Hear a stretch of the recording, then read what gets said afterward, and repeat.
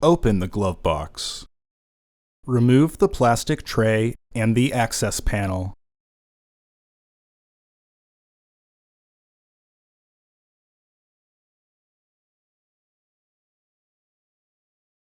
Pinch the tabs on the side of the housing and remove the housing door.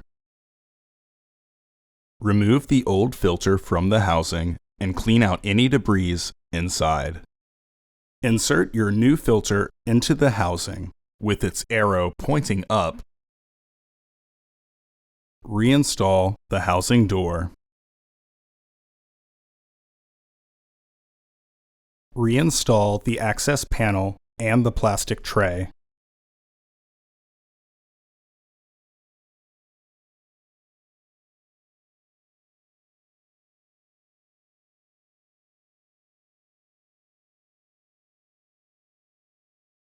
Close the glove box.